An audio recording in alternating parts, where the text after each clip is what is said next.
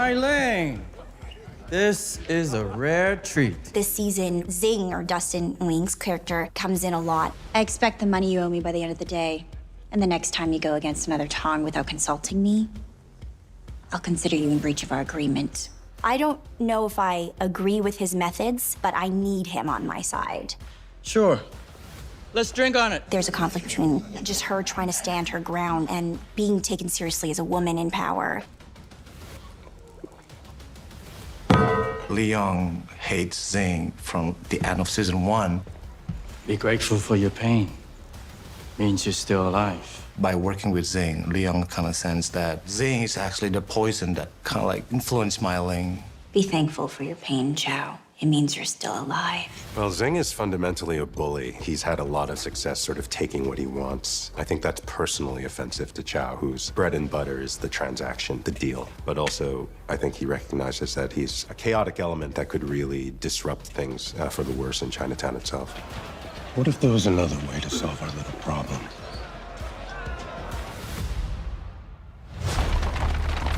Father Jin early on in season 2 brings all these new Hop Wei recruits from abroad without Youngjun knowing or any of us knowing, and Hong is one of them. An honor to meet you. Hong is a really interesting character. We just wanted somebody hanging out with Ah Sahm and Youngjun who could lighten the mood a little bit and say, man, you know, you guys are getting really dark. Remember to have a little fun here. For me personally, I have the story that I'm coming from a culture and a country that's so oppressive to who I am as a gay man, and I just want to be free, and this is just the perfect way to do it. I was sensing a lot of tension back there at the house. He's the most outgoing and most unfiltered out of all of us. He's the kind of guy who just sees a person, wants to go talk to him, we'll go talk to him. And Chen is kind of like that in real life, so That's the Feng Hai, with the shit all over their face. Hong to Youngjun is kind of like that annoying little brother of your friend who's always hanging around, but like you can't shake him. What the fuck is he doing? Wait, I want to see this. But eventually, he kind of wins you over. And for Youngjun, it really was seeing him fight. Well, Youngjun's got his knives, Ah Sahm has his fists and his form, and, you know, Hong has his chain. My weapon is a necklace, but it's an improvised weapon that's been given 2 heavy weights at the end, so it's a chain. Playing around with it, the weapon goes where you think it's gonna go. If like I think I wanted to go there, it just flies. And since it's a soft weapon, you just have to not be afraid of hitting yourself because it really hurts when you do.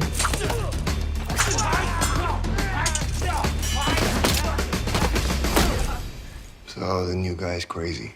We can work with crazy. I'm done. I mean it this time. We see. I am done. And if you or your men ever come near me again, I'll bring the full fucking force of the San Francisco Police Department down on the Feng Hai. He's trying to get out of the situation he's in. And actually, in the end, he probably does the worst thing possible by screaming in Zing's face. Didn't I tell you?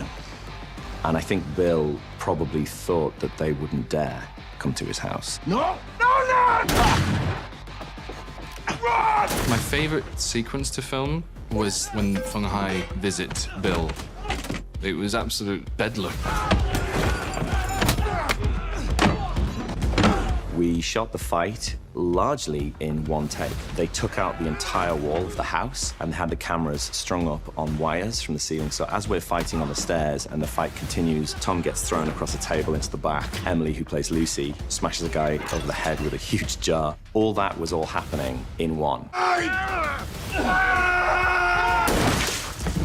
When Lee finds out that Bill has been working for them, things explode in a way that I don't think people will really predict.